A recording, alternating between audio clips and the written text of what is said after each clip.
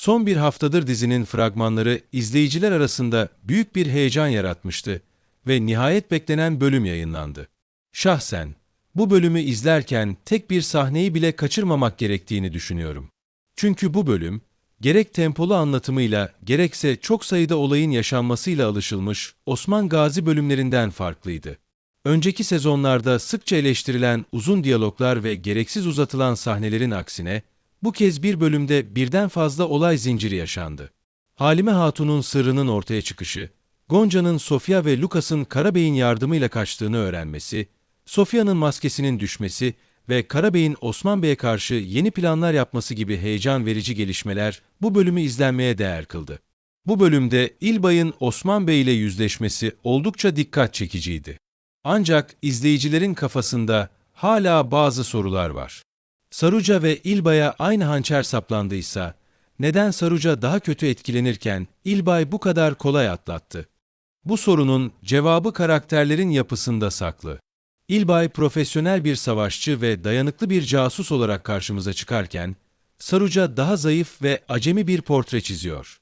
Bu fark, hayatta kalma mücadelelerine de yansıyor.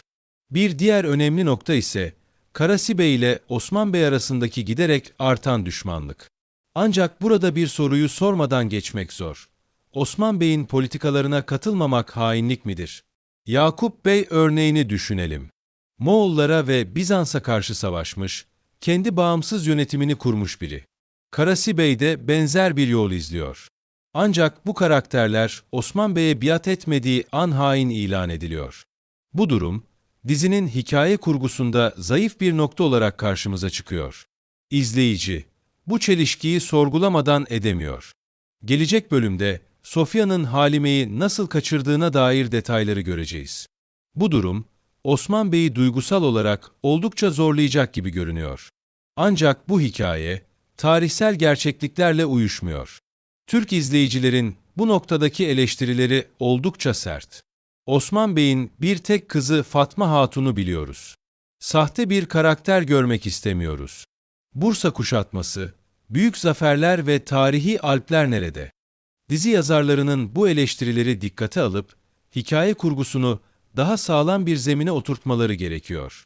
Çünkü Osman Bey'in gerçek evlatlar yerine, hayali karakterlerin diziye dahil edilmesi izleyicinin tepkisini çekiyor.